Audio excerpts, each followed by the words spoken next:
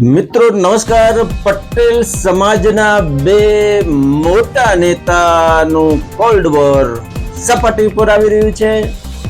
જયેશ રાદડિયા હવે એકદમ આક્રમક થઈ ગયા છે. જયેશ વિઠ્ઠલભાઈ રાદડિયા એનું નામ છે. સામા પક્ષે નરેશ પટેલ ખોડલધામ ના સર્વે સર્વા કહી શકાય છે. સમાજ પિતા બનવાનું જે એમનું સ્વપ્ન હતું કે સમાજ પિતાનું જે એમને બિરુદ આપવામાં આવ્યું હતું, એ બિરુદ હવે કંઈક ને કંઈક રીતે એમને ભારે પડી રહ્યું છે. એવા સમીકરણો રચા રહ્યા છે. નમસ્કાર, ઇવનિંગ પોસ્ટના ડિજિટલ પ્લેટફોર્મ પર હું છું આપની સાથે ફરી એકવાર કુમાર.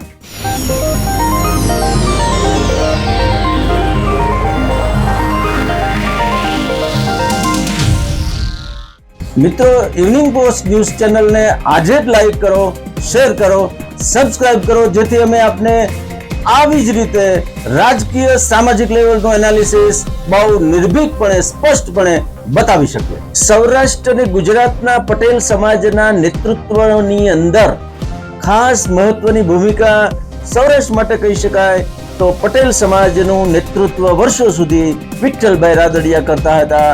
એક સમય એવું કહેવાતું હતું કે સૌરાષ્ટ્રની અંદર કોઈ પણ પક્ષના રાજકારણીને પગ મૂકવો હોય તો વિઠ્ઠલદાસની મંજૂરી, વિઠ્ઠલદાસનું સમર્થન જરૂરી હતું. પરંતુ સમય બદલાયો, સમીકરણો બદલાયા અને કોંગ્રેસના દિગ્ગજ નેતા કહેવાતા વિઠ્ઠલ રાદડિયા પણ ભાજપ તરફથી સરકી ગયા. કેટલાક બનાવો કે કેટલાક આક્ષેપો એવા પણ હતા કે ભાજપ તરફ જવા એમને મજબૂર થવું પડ્યું હતું. પરંતુ આ રાજકારણ છે. આ રાજકારણના હેતુઓ, સિદ્ધાંતો, નિશાન અલગ અલગ હોય છે. આ સમજવાની અંદર, આ સમજવામાં નરેશ પટેલ કંઈક ભૂલ કરી ગયા હોય એવું હાલની તકે લાગી રહ્યું છે. નરેશ પટેલ કોંગ્રેસ તરફી વિચારસરણી ધરાવતા નેતા વર્ષો સુધી ગણાયા છે. એમને ધીમે ધીમે ખોડલધામની આડમાં એમણે ધીમે ધીમે પોતાનું વર્ચસ્વ, વજન વધાર્યું હતું.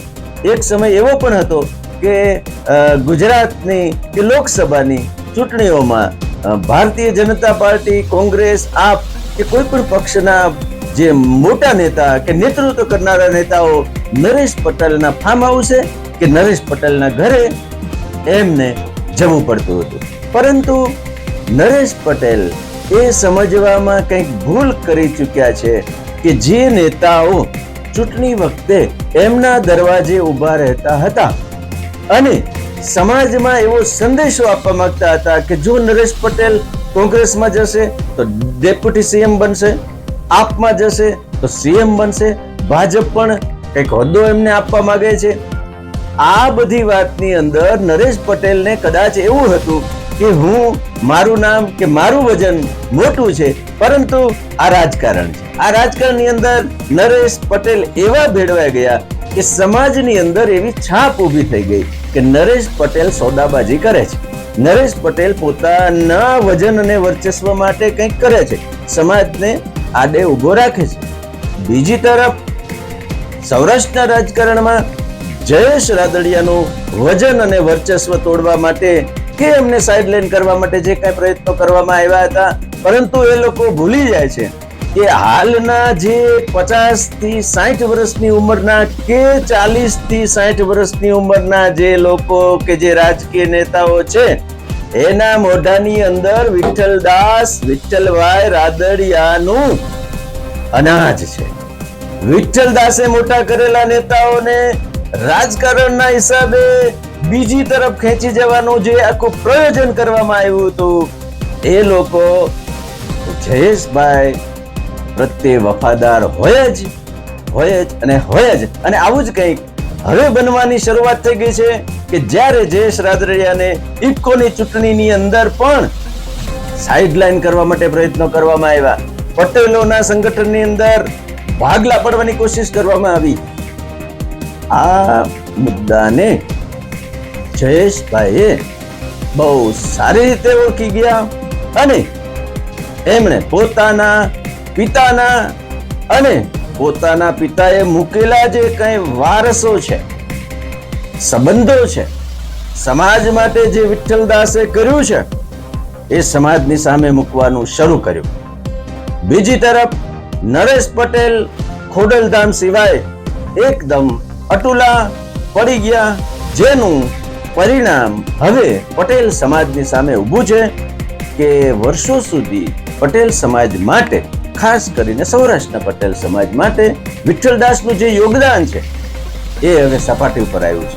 જયેશ રાદડિયા જ્યારે એમ કહેતા હોય કે સમાજને મજબૂત નેતાની જરૂર છે, માઇક આંગલાઓની નહીં, મજબૂત નેતાની સાથે ઉભા રહ્યો, સોદાબાજી કરનારાઓની સાથે નહીં, ત્યારે એના સૂચિતાર્થો ઘણા મોટા છે જે પટેલ સમાજે સમજી લેવા પડશે. આગામી સમયની અંદર જયેશ રાદડિયા એક મજબૂત વ્યક્તિત્વ તરીકે ઉપસી આવે એવું હાલની તકે લાગી રહ્યું છે. પટેલ સમાજના જે નેતાઓ હાલમાં મોટા કરવામાં આવ્યા હતા, હાર્દિક પટેલ સહિતનું જે પટેલો માટેનું જે આંદોલન હતું, એ વખતે નરેશ પટેલની જે ભૂમિકા હતી, ત્યાર પછીની ચૂંટણીઓની અંદર જે ભૂમિકા હતી, સમાજ પિતાનું પણ બિરુદ, સમાજ શ્રેષ્ઠી હોઈ શકે, સમાજ રત્ન હોઈ શકે, સમાજના વડીલ હોઈ શકે, પણ જ્યારે સમાજ પિતાનું બિરુદ અને એમાં પણ વાહવાહી કરવાનું વિઠ્ઠલદાસથી પણ મોટું વ્યક્તિત્વ બતાવવાની જ્યારે કોશિશ કરવામાં આવી, ત્યારે જયેશ રાદડિયા અને એના સમર્થકો સમજી ગયા કે પટેલ સમાજ ઉપર અંકુશ કરવા માટે કે વિઠ્ઠલદાસથી પણ મોટું નામ કરવા માટે કંઈક રાજકારણ રમાઈ રહ્યું છે. સમાજ પિતા બનવાની કે સમાજ પિતા બિરુદ સમયે પણ અનેક પટેલ આગેવાનોએ છાપાઓમાં જાહેરાત આપીને પણ એવું જાહેર કર્યું હતું કે અમારે પિતા છે, નરેશ પટેલ અમારા પિતા નથી. સમાજ શ્રેષ્ઠી હોઈ શકે, સમાજ રત્ન હોઈ શકે, સમાજનો આગેવાન હોઈ શકે. આ શું છે? આ બધી બાબતો નરેશ પટેલને હાંસિયામાં ધકેલવા માટે કાફી હતી. અત્યારે સમય એવો છે કે ઇફકોની ચૂંટણી બાદ હવે આર અને પારનો આ જંગ છેડાઈ ગયો છે, જેમાં હાલની તકે જયેશ રાદડિયાનું પલડું ખૂબ જ ભારી છે. જો કે પટેલ સમાજ પણ સમજી ગયો છે કે પટેલ સમાજને મજબૂત નેતા જ જોઈએ જે હરમેશ તેમની સામે ઉભો રહી શકે.